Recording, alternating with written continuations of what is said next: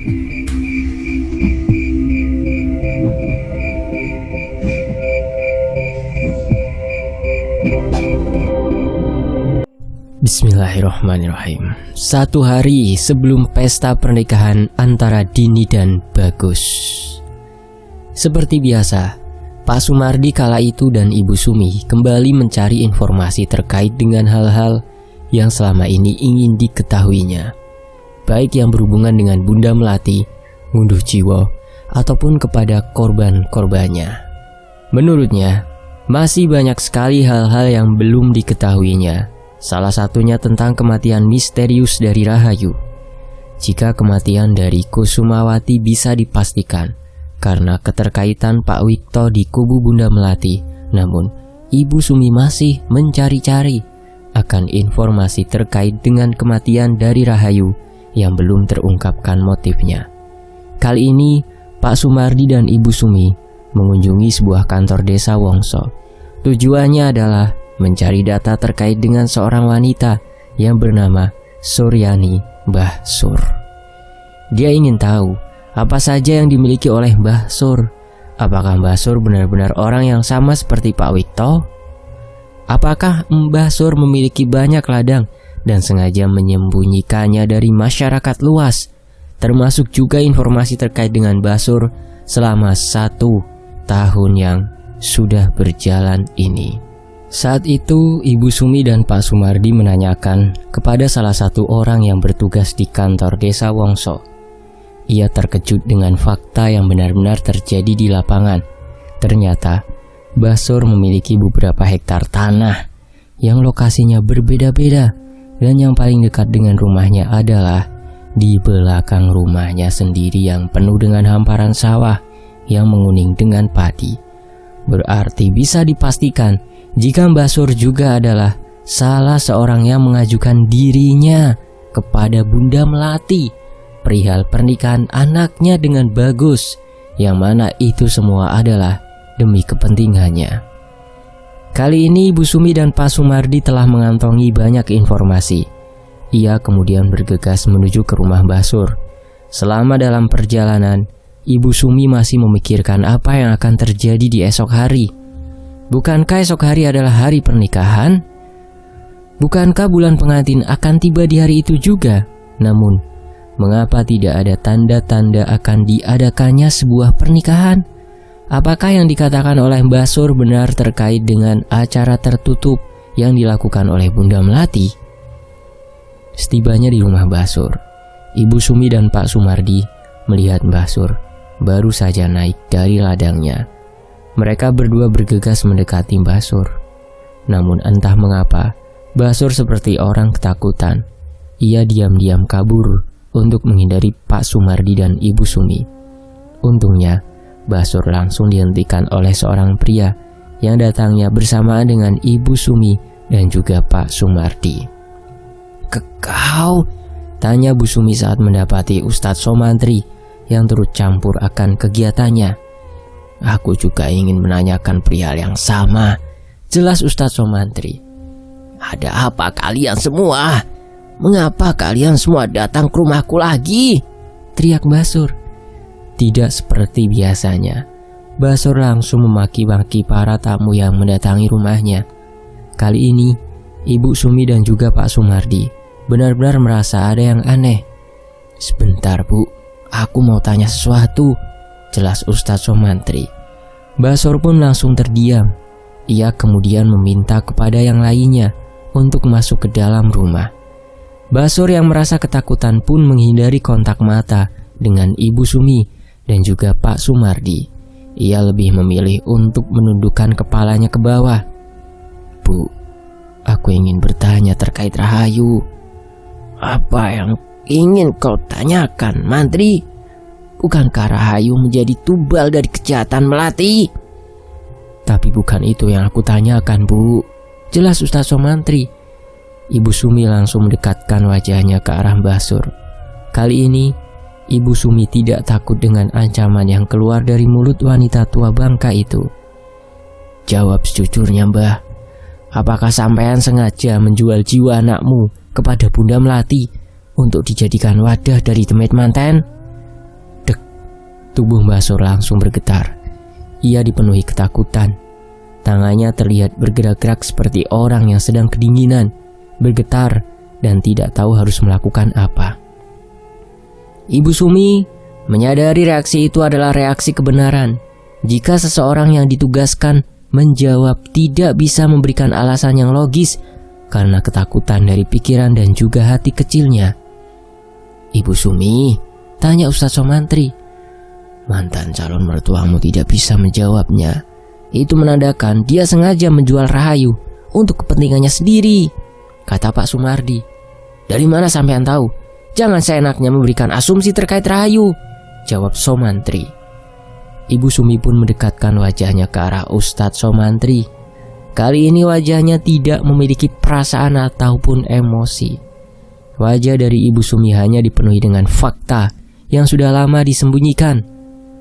Tanyakan kepada mantan calon mertuamu itu, anak muda, apakah dalam setahun dia mampu menambah tanahnya lagi? Apakah gubuk kecil ini mampu membeli berhektar-hektar tanah yang berada di beberapa tempat di desa Wongso? Kata Bu Sumi. Dan jika bukan karena bisnis dengan iblis melati itu, lalu dengan apa orang tua seperti dia mampu membelinya? Lanjut Bu Sumi. Ustadz Somantri langsung mengarahkan wajahnya ke arah Mbah Sur. Ia tidak menyangka jika Mbah Sur memiliki banyak tanah setelah kematian Rahayu.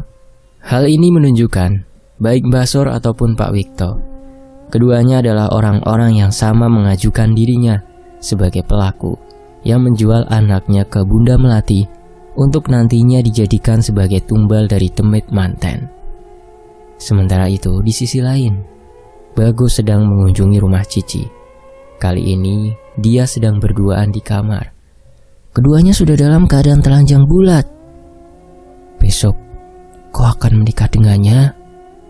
Itu hanya syarat, sayang, jawab Bagus. Tapi apakah setelah itu Dini akan mati? Kita akan melakukan ritual itu dengan cepat, sayang. Ternyata Bagus dan Cici adalah orang yang selama ini menjadikan wanita-wanita yang ada di seluruh desa untuk dijadikan tumbal.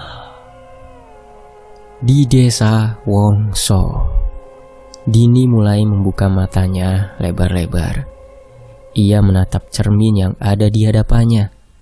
Kali ini, dia sengaja melanggar segala perintah yang diberikan oleh calon mertuanya itu untuk memakan bunga melati yang tinggal tersisa beberapa butir saja. Ia juga sengaja tidak merawat wajah dan juga rambutnya.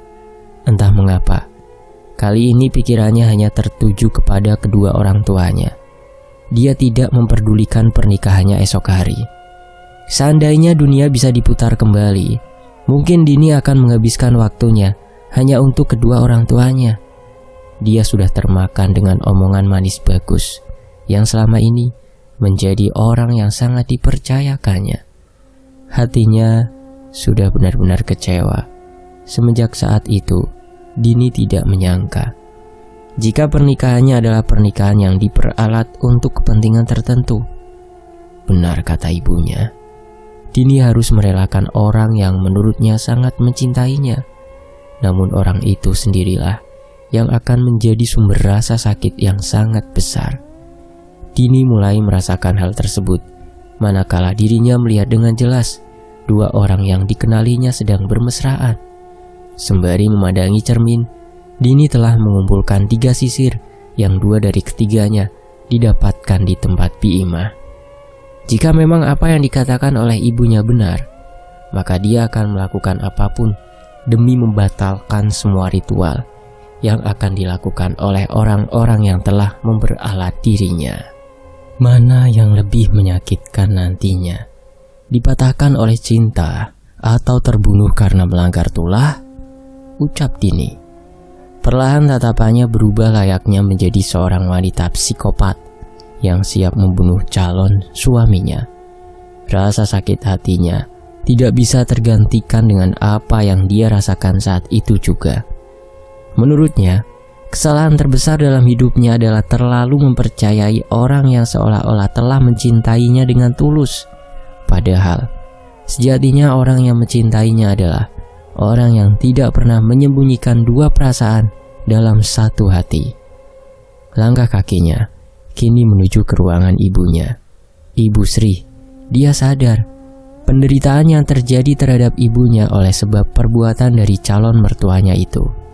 Sudah berada di ujung tanduk pada bulan pernikahan, keraguan Dini semakin memuncak. Ia sama sekali telah dibodohi oleh gemerlap manis perkataan Bagus yang telah menodai ketulusan cintanya. Ia juga merasa telah menjadi anak yang durhaka karena tidak mengikuti segala perintah yang dilakukan oleh orang tuanya saat itu. Sembari menengok ibunya yang masih terbujur kaku di kamar, Dini tersenyum menghadap ke arah jendela kamar ibunya. Ia kali ini tidak bisa diperdaya lagi. Wanita yang terlahir dengan rasa sakit akan menjadi seorang wanita yang dipenuhi dengan dendam dan karma. Dan hal ini digambarkan langsung oleh Dini yang saat itu menatap dunia bagaikan sebuah panggung drama yang dimainkan oleh orang-orang besar. Dia hanyalah pemeran pengganti yang ketika sudah tidak lagi menarik, maka akan diganti oleh pemain lainnya yang secara kebutuhan lebih dibutuhkan dibandingkan dengannya. Dunia itu kejam ya Bu. Kita ini orang biasa, terlahir sebagai keluarga petani yang tidak kaya dan juga tidak miskin. Namun orang-orang yang memiliki tanah bertuah dan harta yang melimpah seolah-olah menjadi Tuhan dalam satu hari untuk memperdaya orang-orang seperti kita. Layakkah kita menjadi manusia yang terpinggirkan dengan garis penghinaan seperti ini? Ia kemudian menuju ke ranjang ibunya, mengelus rambut Ibu Sri secara perlahan. Lalu tidak berselang lama, Dini meneteskan air mata hingga terjatuh tepat di pipi ibunya. Andaikan aku menuruti apa kemauan ibu, maka aku tidak akan membuat ibu semenderita ini. Melati dan sisir terkutuk itu adalah dua benda yang nantinya akan menjadi karma bagi keluarga iblis itu, Bu. Aku siap mengorbankan semuanya untuk mengganti nyawa-nyawa orang yang sudah melayang dengan sia-sia di bulan pengantin ini. Dini harus tetap kuat. Ia kembali mengusap air matanya dan bertindak seolah-olah tidak akan terjadi apa-apa untuknya saat ini. Ia menyanggul rambutnya yang sudah berantakan dan beranjak pergi dari kamar ibunya. Akan tetapi, tanpa disadari oleh Dini, Ibu Sri ternyata mendengar semua apa yang dikatakan oleh anaknya itu. Hati kecil anaknya telah terketuk. Kini, Dini telah menemukan jalan kehidupannya dan telah mengetahui langkah selanjutnya untuk bisa menyelesaikan permasalahan kompleks yang sedang dihadapinya saat ini. Di rumah Mbah Suryani, kini kekecewaan terbesar benar-benar tergambarkan di raut wajah Ustadz Somantri. Entah mengapa, hatinya begitu terkikis mendengar asumsi dari Ibu Sumi yang sangat sesuai dengan logika terkait dengan harta kekayaan tersembunyi yang dimiliki oleh Mbah Sur. Aku bahkan curiga dengan apa yang sudah terjadi saat ini. Ngunduh jiwa tercipta bukan tanpa alasan. Bisa jadi ada penggeraknya. Aku tidak yakin jika hanya Bunda Melati saja yang menjadi sosok utama dalam panggung persembahannya. Jelas Bu Sumi. Lagi dan lagi, Bu Sumi seperti memberikan banyak asumsi yang tidak masuk akal. Namun jika dipikir secara logika, memang benar adanya. Ibu Sumi selayaknya orang yang bertugas memandikan jenazah telah mengetahui tanda-tanda jenazah yang meninggal dengan meninggalkan banyak sekali urusan di dunianya. Hal ini menjadikannya keraguan besar terkait dengan apa yang sudah terjadi selama ngunduh jiwa itu diciptakan.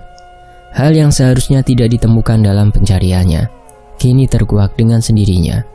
Selama ini kita hanya mencurigai Bunda Melati yang notabene sebagai penggerak dari ngunduh jiwa.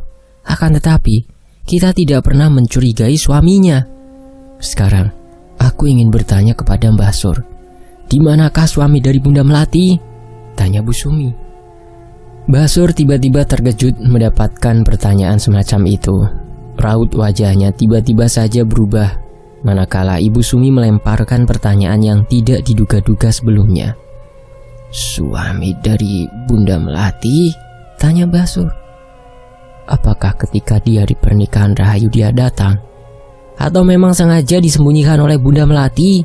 Tanya Bu Sumi. Ibu Sumi melihat dengan jelas keraguan yang tertanam dalam wajah Basur. Keraguan yang tercipta membuat mulutnya sulit mengatakan kejujuran di hadapannya. Kedua tangan dari Basur juga bergetar seperti sedang menenangkan dirinya sendiri untuk bisa memilih dan memilah kalimat yang berada di kepalanya agar jawabannya tidak menimbulkan kecurigaan terhadap pertanyaan yang dilontarkan oleh Ibu Sumi. Mengenai itu, ucap Basur terpotong. Mengenai itu, ucap Ustaz Somantri yang menunggu jawaban jujur dari mulut Basur. Ibu Sumi tersenyum. Dia sudah tahu jawaban apa yang ingin dikatakan oleh Basur lewat dengan penggambaran wajah dari Basur yang penuh ketakutan. Apakah ada pantangan tertentu terhadap orang yang sudah terikat dengan perjanjian dari ritual nguduh jiwa itu sendiri? Tanya Bu Sumi. Tiba-tiba Basur langsung bersujud tepat di kaki Ibu Sumi. Dia memohon-mohon kepada Ibu Sumi untuk tidak melanjutkan pembongkaran dari ritual nguduh jiwa ini lebih dalam. Nyalinya benar-benar menciut tatkala Ibu Sumi berhasil membongkar secara perlahan terkait dengan fakta yang ada di dalam ritual tersebut. Aku mohon kau jangan lebih dalam untuk turut serta dalam hal itu. Aku tidak ingin hal-hal yang mengerikan akan terulang kembali, jelas Basur kepada Bu Sumi. Ibu Sumi kemudian melepaskan kedua tangan Basur yang memohon-mohon sembari memegangi kedua kakinya dengan sangat kencang agar Ibu Sumi tidak melanjutkan pembongkaran lebih dalam terkait dengan ritual nguduh jiwa. Bah, ucap Bu Sumi. Bu Sumi mencoba menegakkan kembali dagu Basur yang sudah merendah. Secara usia, Basur jelas lebih tua dari Ibu Sumi. Akan tetapi, terkait dengan kebodohan dalam memilih jalan hidup, Basur adalah salah satu dari orang-orang yang sengaja menerjunkan diri ke dalam sumur penuh dengan kerikil tajam dibanding dia menjatuhkan diri ke dalam ranjang tidur berisi bantal-bantal empuk yang membuat tubuhnya menjadi nyaman. Hidupmu tinggal hanya dalam hitungan tahun lagi. Tanahmu yang begitu luas tidak menjamin siksa kubur diringankan. Aku bisa mengatakan seperti ini karena dosamu sangatlah besar.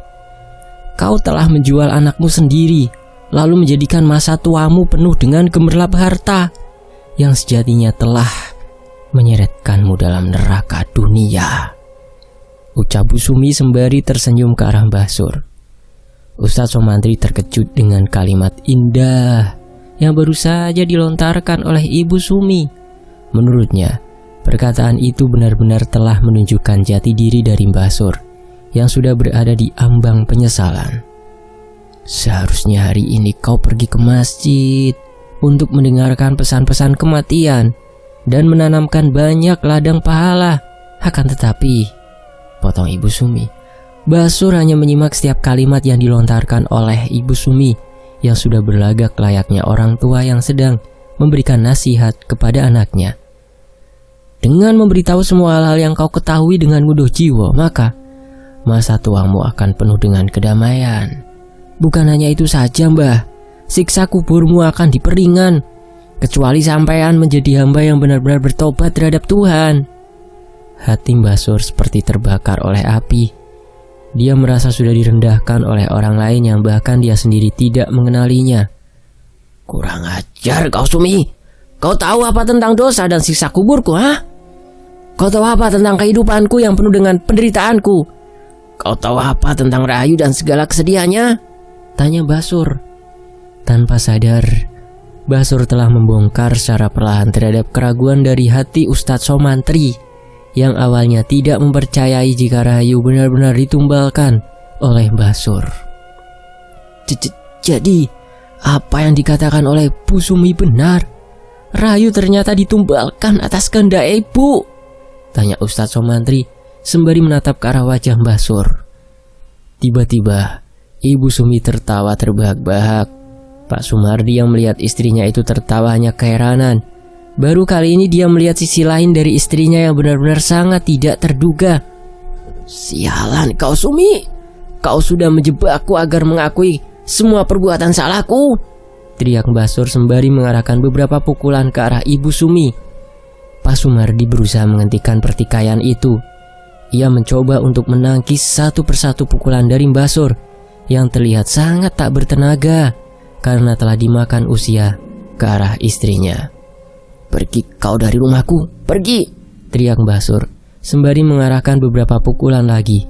Namun Pak Sumardi masih bisa menangkis pukulan Mbah Sur yang mengarah ke istrinya itu. Ibu Sumi menghentikan tawanya sekarang.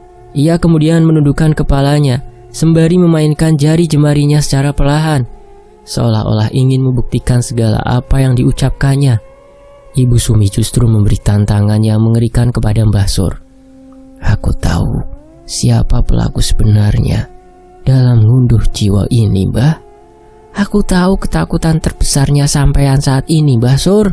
Aku tahu apa yang selama ini orang-orang menyalahkan Bunda Melati karena merasa sejatinya pelaku penumbalan ini adalah dirinya sendiri, jelas Bu Sumi kepada Mbah Sur. Apa maksudmu, Sumi? Tanya Mbah Sur.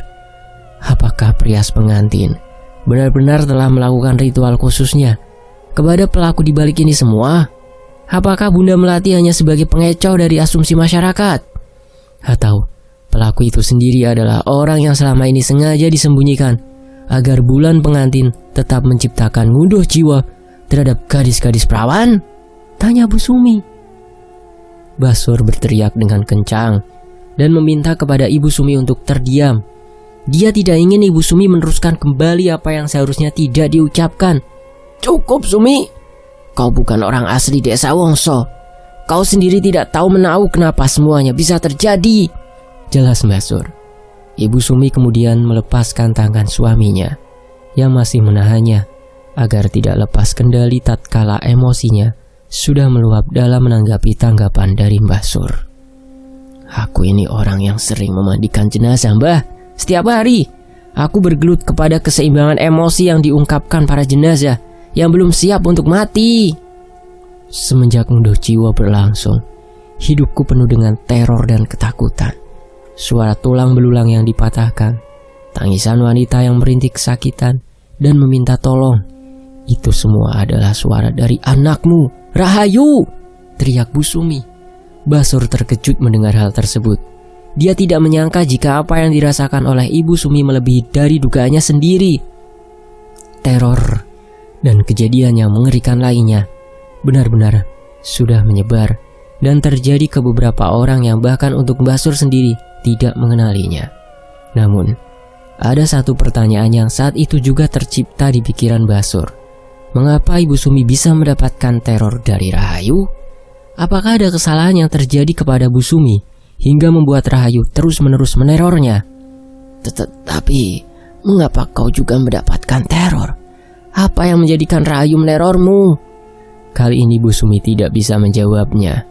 Ia hanya bisa terdiam sembari menahan rasa sesak di dada jika mengingat kejadian itu kembali. Pak Sumardi mulai angkat bicara. Sedari tadi dia hanya terdiam. Mungkin dengan mengambil kesempatan bicara ini, atmosfer ruangan menjadi lebih tenang. Begini Mbah Sur, saat itu kami berdua sedang memandikan jenazah dari Wati. Kau mungkin telah mengenalnya, Mbah? Dia pasti sudah mengenalnya. Mbah Sur dan Pak Wikto itu satu komplotan, Pak, ucap Bu Sumi. Apa maksudmu? Tanya Mbah Sur. Diam dulu sampean, Mbah. Jika semua dibicarakan seperti ini, dia akan selesai. Tujuan kita adalah membatalkan proses ngunduh jiwa. Besok sudah memasuki bulan pengantin. Jika kita semua tidak bisa menyelesaikannya, ucap Pak Sumardi terpotong. Tidak semua, Pak. Cukup kita berdua saja. 2 orang ini adalah komplotan dari mereka, ucap Bu Sumi. Lagi dan lagi Bu Sumi kembali memotong pembicaraan dari Pak Sumardi. Entah apa yang membuatnya kesal hingga tidak menyukai sama sekali dari Mbah Sur dan juga Ustadz Somantri. Diam dulu, Bu. Aku tahu kita berdua akan berusaha semaksimal mungkin untuk menyelesaikannya. Tapi dengan siapa lagi kita akan mencari informasi ini selain dengan mereka berdua? Tanya Pak Sumardi. Walau bagaimanapun juga, Pak Sumardi tetap merangkul Mbah Sur dan juga Ustadz Somantri. Menurutnya ada banyak hal yang belum diketahui oleh Pak Sumardi terkait dengan ngunduh jiwa itu sendiri. Aku mohon untuk semuanya, besok adalah bulan pengantin. Aku sendiri tidak tahu apa yang harus kita lakukan, tapi kita sudah mendapatkan informasi terkait dengan pengantin selanjutnya yang akan dinikahkan oleh Bagus. Apakah ada saran untuk bisa menggagalkannya? Tanya Pak Sumardi. Akan tetapi gerak-gerik dari Mbah Sur mulai terlihat kembali. Sepertinya dia sudah menyadari apa yang seharusnya dilakukan untuk menebus semua dosa-dosanya di masa lalu untuk kesejahteraan serta kedamaiannya di masa sekarang. Aku tahu kalian berdua ingin menyelesaikan ngunduh jiwa, tapi menurut kalian, berapakah pelaku dari orang-orang yang melakukan ngunduh jiwa itu? Tanya Mbah Sur. Pelaku ngunduh jiwa? Tanya Pak Sumardi. Benar. Sebelum kita menyelesaikan semua masalahnya, apakah kalian tahu berapa pelaku dari ngunduh jiwa itu? Tanya kembali Mbah Sur kepada mereka semua. Ibu Sumi kembali berpikir untuk dapat menjawab pertanyaan yang diarahkan oleh Mbah Sur terkait dengan pelaku dari ngunduh jiwa itu sendiri. Lalu Ustadz Somantri menjawab, setauku pelakunya itu ada 4. Sebutkan. Bagus, Bunda Melati, Bi Imah dan juga Cici. Bagaimana dengan Wikto? Tanya Mbah Sur. Tidak ada salahnya memang untuk memberikan argumen terkait hal ini. Akan tetapi status dari Mbah Sur sendiri masih belum jelas. Apakah dia memang pelaku yang layaknya sama seperti Pak Wikto, atau memang dia hanyalah sekutu yang membantu proses ngunduh jiwa dijalankan? 2 orang, jawab Bu Sumi. Tiba-tiba Ibu Sumi memberikan sebuah argumen yang berbeda dari yang lainnya. Ia sendiri telah memikirkan secara matang terkait dengan pelaku asli dari ngunduh jiwa itu. 2 orang? Siapa saja? Tanya Mbah Sur. Aku tidak tahu terkait 2 orang pelaku ini, Mbah. Mungkin kau adalah satu-satunya orang yang masih dalam ikatan sekutu terhadap mereka, yang sudah mengetahui secara pasti pelakunya. Akan tetapi aku sudah mengira jika pelakunya adalah orang yang selama ini disembunyikan dan tidak diketahui oleh siapapun. Sedangkan mereka, Bunda Melati dan yang lainnya, hanyalah penggerak dari ngunduh jiwa. Mbah Sur tersenyum mendengar jawaban yang diberikan oleh Ibu Sumi. Akan tetapi, menurutnya jawaban yang baru saja disebutkan oleh Ibu Sumi masih belum tepat. Ibu Sumi masih belum bisa menyebutkan nama pelaku dari ngunduh jiwa itu sendiri. Jadi, siapa pelakunya? Tanya Ustadz Somantri kepada Mbah Sur. Benar, seperti apa yang dikatakan oleh Ibu Sumi. Pelakunya sengaja disembunyikan. Dia muncul ketika bulan pengantin itu tiba. Dek! Ibu Sumi dan Pak Sumardi terkejut mendengar penjelasan dari Mbah Sur. Padahal selama ini mereka berdua hanya berkiblat kepada Bunda Melati dan beberapa orang yang secara jelas melakukan ritual itu sendiri. Siapa pelakunya, Bu Sur? Tanya Ustadz Somantri. Aku tidak bisa memberitahukan akan hal itu. Tunggu, jika sampean tidak bisa memberitahu, Mbah, apakah selama ini semua yang sampean ceritakan hanyalah karangan palsu dirimu sendiri? Hah? Tanya Bu Sumi. Kali ini Mbah Sur yang tertawa kegirangan. Dia seolah-olah sedang mengejek dan merendahkan Ibu Sumi serta yang lainnya karena telah mempercayai cerita yang telah ia buat-buat sebelumnya. Aku sengaja melakukan hal tersebut. Aku membolak-balikan fakta. Saat bulan pengantin tiba dan saat pernikahan itu diadakan, mereka melakukan sebuah ritual, bukan sebuah akad atau ikatan untuk kedua mempelai. Benar saja apa yang selama ini dicurigai oleh Bu Sumi. Mbah Sur benar-benar telah membohonginya dan juga suaminya. Ternyata saat bulan pernikahan tiba, kedua mempelai akan melakukan sebuah ritual khusus, yang ritualnya itu sendiri bertujuan untuk menyesuaikan syarat dari ngunduh jiwa. Kurang ajar sampean tua bangka, sampean telah membuat siksa kubur dalam duniamu sendiri, teriak Bu Sumi sembari mencoba untuk menarik rambut putih dari Mbah Sur. Tapi anehnya, Mbah Sur bukannya merasa kesakitan saat rambut tuanya ditarik oleh tangan Bu Sumi. Justru dia tertawa kegirangan sembari meneteskan air mata. Menurutnya, Pertemuan itu adalah pertemuan yang paling membahagiakan. Cepat katakan, siapa pelakunya? Cepat katakan, bajingan! Teriak Bu Sumi. Sudah Bu, kasihan Mbah Sur, pinta Pak Sumardi. Tidak ada kasihan Pak untuk iblis yang merasuki tua bangka ini. Dia adalah sekutu dari Melati. Dia sengaja menumbalkan anaknya. Dia sendiri telah membuat karangan bebas terkait dengan peristiwa di bulan pengantin Pak. Sekali lagi Bu Sumi benar-benar kehilangan kendali. Pak Sumardi meminta kepada Ustadz Somantri untuk membantunya dalam melepaskan kedua tangan istrinya. Bantu aku Ustadz, sialan, jangan hanya diam. Iya Pak. Ustadz Somantri berusaha membantu Pak Sumardi untuk melepaskan ikatan itu. Ia juga berusaha penuh agar keduanya benar-benar dipisahkan. Tampaknya kekesalan dari Ibu Sumi sudah mencapai batasnya. Sedangkan Basur, dia dengan sangat mudahnya mampu memberikan pancingan kepada Ibu Sumi agar masuk ke dalam perangkap emosinya. Sampai akhirnya rambut dari Basur banyak yang rontok dan berjatuhan. Hal ini membuat rambutnya menjadi rusak karena jambakan hebat yang dilakukan oleh Bu Sumi. Sesaat setelah keduanya dipisahkan, Basur menundukkan kepalanya. Kau tahu Sumi, mengapa aku menyerahkan Rahayu kepada mereka? Tanya Basur. Semua terdiam. Mereka tidak ingin menjawab ocehan yang dikeluarkan oleh Basur kepada mereka semua. Dia pelaku dari Mudo Jiwo. Dia benar-benar akan mensejahterakan kami semua dengan kekayaan yang dibuat oleh Demit Manten. Bu Sumi tidak ingin meladeni ocehan aneh dari tua bangka itu. Ia lebih memilih untuk bangkit dari duduknya dan mencari informasi sendiri terkait dengan apa yang selama ini dicarinya. Apakah kau tidak tertarik Sumi untuk mengetahui siapa pelakunya? Tanya Basur. Ibu Sumi terdiam sejenak.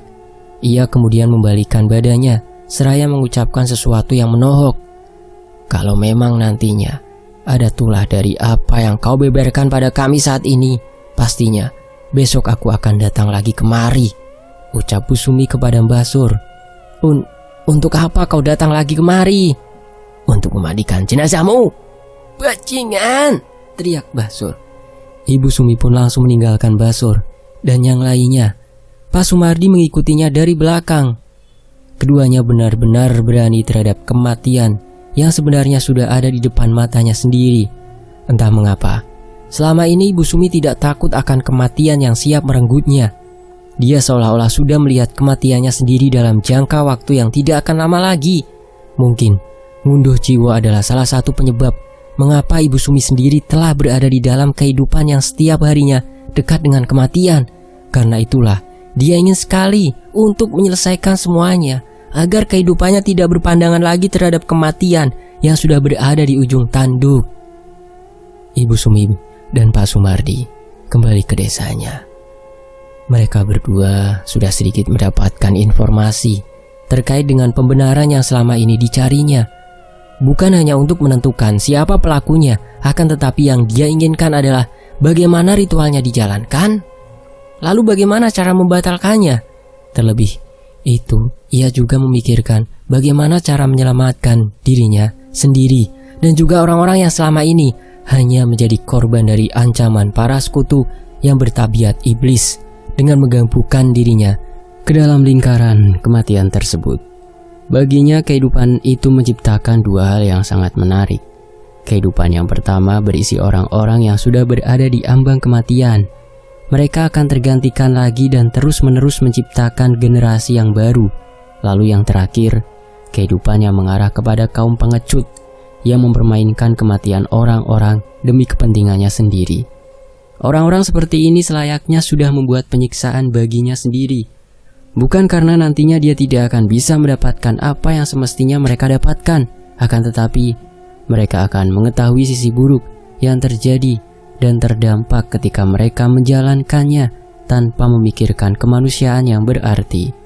Di sisi lain, Ibu Sumi masih mencurigai pelaku yang dimaksud oleh Basur.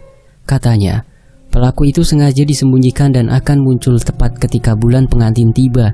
Selama yang ia tahu, pernikahan yang dilakukan oleh Bunda Melati memang selayaknya pernikahan pada umumnya. Namun, yang baru saja dikatakan oleh Basur adalah pernikahan yang terjadi tepat di hari bulan pengantin tiba adalah sebuah ritual khusus untuk menjadikan syarat dari ngunduh jiwa itu sendiri. Itu berarti syarat dari ngunduh jiwa ada banyak macamnya. Akan tetapi yang masih menjadi sesuatu yang mengganjal di sini adalah kalimat yang diucapkan oleh Mbah Sur terkait peran Bunda Melati dan yang lainnya.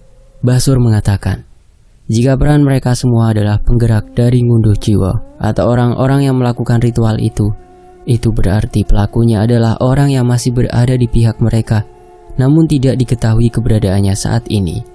Setibanya di rumah, Ibu Sumi masih memikirkan hal itu.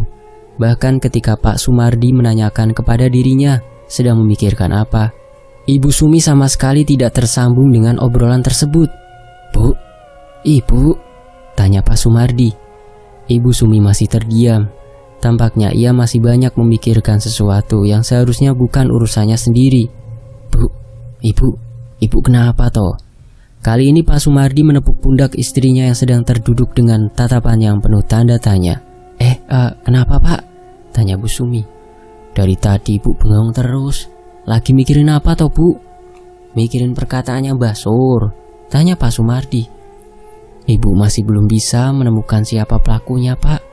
Padahal besok adalah bulan pengantin. Tapi kenapa semuanya begitu gelap di mataku saat ini?" ucap Bu Sumi. Pak Sumardi mendekap tubuh istrinya dengan kuat. Baginya apa yang telah dilakukan oleh istrinya sudah benar-benar hebat. Saking hebatnya, dia mau mengurusi hal demikian yang sulit dan rumitnya minta ampun dalam mencampuri urusan orang lain yang seharusnya bukan menjadi urusannya sendiri. Manusia itu diciptakan untuk menjadi sesuatu yang bermanfaat untuk sesama. Jika kita sudah berusaha penuh untuk melakukannya dan belum mendapatkan hasil yang serupa sesuai dengan keinginan kita, setidaknya kita sudah memberikan waktu dan tenaga kita untuk hal demikian. Jelas Pak Sumardi. Bagi Pak Sumardi, siapapun pelakunya pasti dia akan mendapatkan akibat dari apa yang diperbuatnya. Karena itulah, dia sebisa mungkin meyakinkan istrinya untuk tidak terlalu memikirkan hal itu secara berlebihan. Malam bulan pengantin akan tiba. Malam yang seharusnya menjadi tempat untuk mengistirahatkan tubuh dan meregangkan otot-otot yang kaku, kini tidak berlaku bagi Pak Wikto, yang merupakan bagian penting dan orang-orang yang menggerakkan ngunduh jiwa itu sendiri. Malam itu, Pak Wikto sedang berada di rumahnya. Dia berencana untuk menuju ke rumah Bunda Melati tepat di malam hari. Akan tetapi, hatinya seperti tidak nyaman. Ketenangannya kini berubah menjadi perasaan was-was yang terus menghantuinya setiap saat. Dia juga merasa jika rumahnya seperti kuburan, sepi, dan tidak ada satupun orang yang hadir di rumahnya sama sekali. Seakan ada yang berbeda, Pak Wikto pun memeriksa kamar anaknya, yaitu JK. Dengan perasaan yang canggung, dia pun membuka kamar JK. Akan tetapi, dirinya terkejut saat melihat JK sedang tertidur. Ia pun kembali menutup pintu kamar anaknya tersebut. Namun, saat pintu kamar JK ingin ditutup, tiba-tiba dia mendengar suara tawa cekikikan yang berasal dari kamar anaknya tersebut. Suaranya mirip seperti suara anaknya.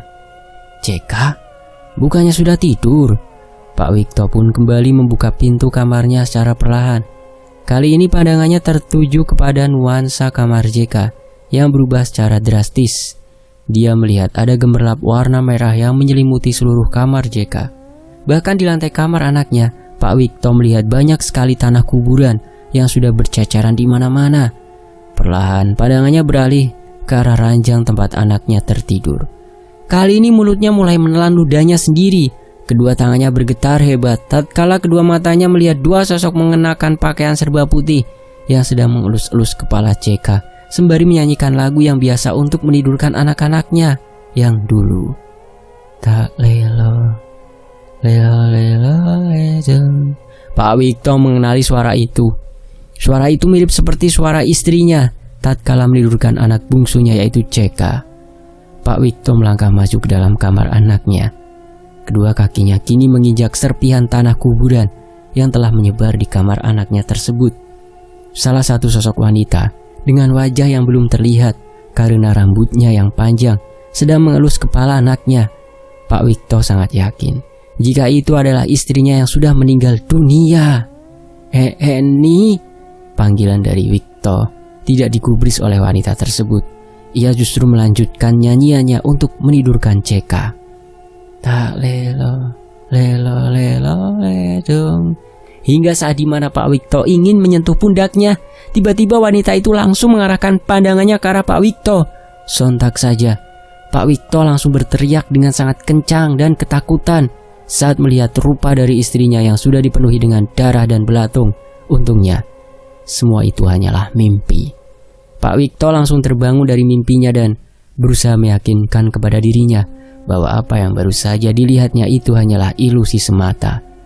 Pak Wikto tertidur tepat di sofa, tepat di hadapan kamar anaknya tersebut. Untung cuma mimpi. Pak Wikto pun berangkat bangkit. Ia berencana untuk mengambil air di ruangan belakang. Akan tetapi, saat dimana dirinya melewati kamar anaknya, Pak Wikto mendengar sesuatu dari kamar anaknya dengan suara yang sangat lirih. Awalnya Pak Wikto hanya mendengar seperti orang yang sedang bernyanyi, namun dengan suara deheman saja.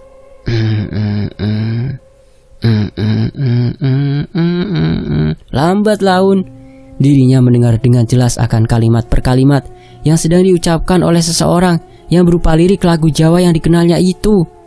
Tak lelo lelo ledung. Pak Wikto langsung terkejut mendengarnya. Ia seakan seperti terbawa oleh ilusi yang berada dalam mimpinya tersebut. Beberapa kali tangannya menampar pipinya untuk meyakinkan bahwa apa yang baru saja didengarnya itu adalah sebuah ilusi semata. Ini tidak benar. Ini pasti mimpi. Pak Wikto segera menjauhi kamar itu. Ia tidak ingin mendengar suara itu lebih jelas. Menurutnya, nyanyian itu adalah sebuah nyanyian yang membuatnya dibanjiri akan ketakutan. Akan tetapi, semakin Pak Wikto menjauh, suara itu semakin jelas dan terdengar kencang di telinganya. Pak Wikto memegangi kepalanya. Ia benar-benar seperti berada di dalam ketakutan yang sangat serius. Tidak mungkin. Kamu sudah mati, Heni.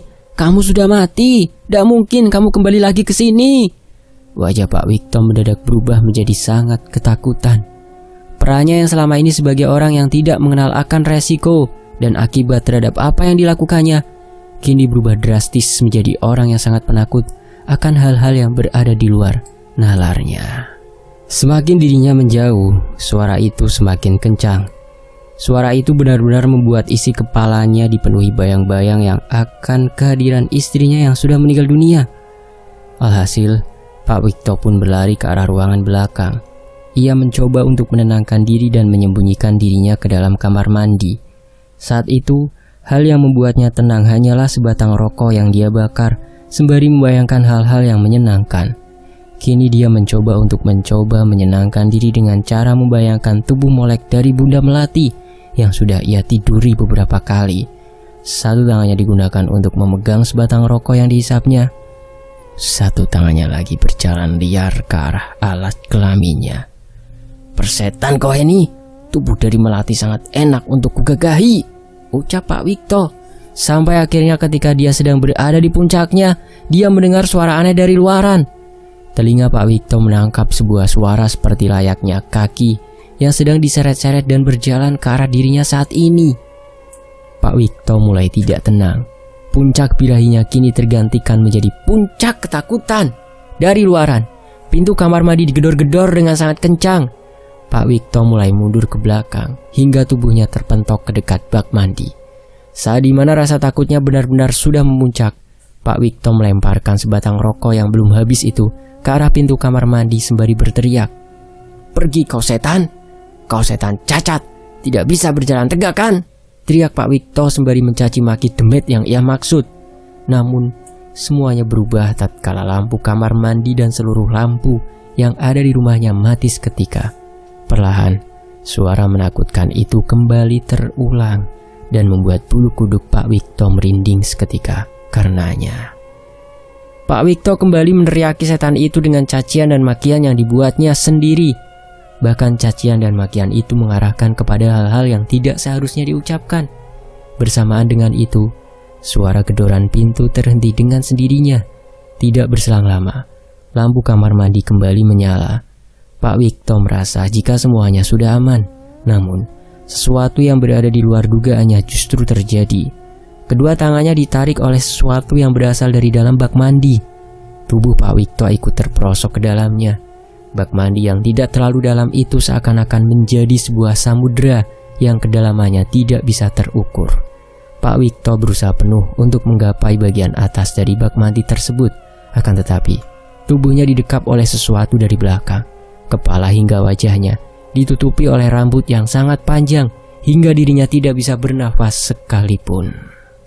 Bak mandi yang awalnya memiliki air berwarna bening kini berubah menjadi warna merah bercampur darah tepat di malam bulan pengantin.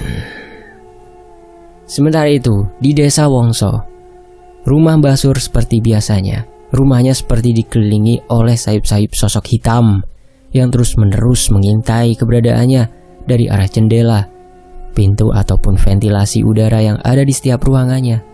Dimanapun Mbah Sur ingin bersembunyi, sosok itu terus mengejar dan menerornya dengan segala ketakutan yang ada. Hal ini membuat Mbah Sur menjadi takut. Ia pun buru-buru untuk mengambil sajadah serta mukena pribadinya. Ia meyakinkan kepada dirinya sendiri untuk sholat agar semuanya bisa tenang. "Gusti, kula nuwun ngampurane."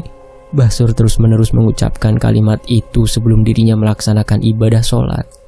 Akan tetapi, tepat saat dimana dirinya mengangkat kedua tangannya secara perlahan dan memulai takbir, tiba-tiba dari luar ruangan kamarnya, Mbah Sur mendengar suara orang tertawa cekikikan seperti sedang menertawakan tindakan yang dilakukan oleh Mbah Sur. Leher Mbah Sur mendadak merinding.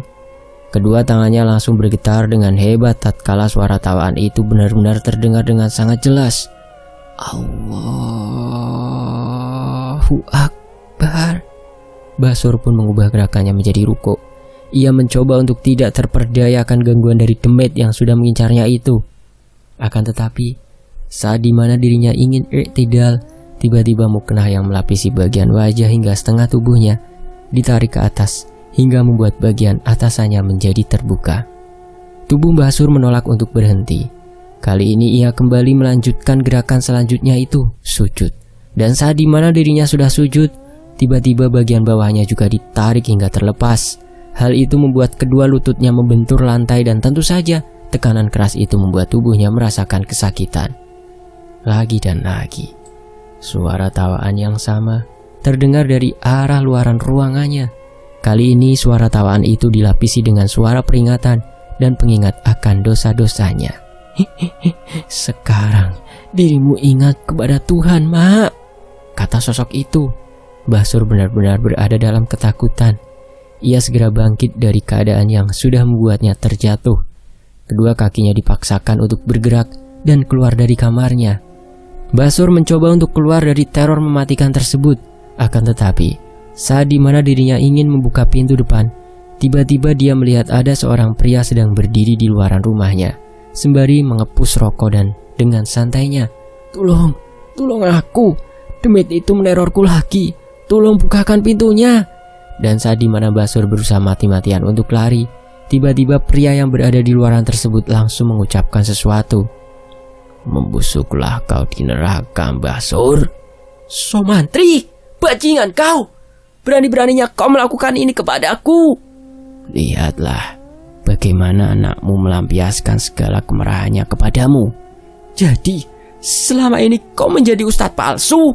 Apa tujuanmu, Somantri? Apa jangan-jangan?" Somantri tertawa kegirangan. Kali ini dia benar-benar berada di ujung kemenangan. Faktanya, dendamnya sudah tersampaikan untuk menghabisi orang-orang yang sudah menggagalkan kebahagiaannya. "Jadi kau sudah tahu, Nenek Peot?" tanya Somantri. "Jadi selama ini teror Rahayu adalah dirimu sendiri yang buat? Apa yang kau lakukan saat pemakaman Rahayu itu berlangsung?"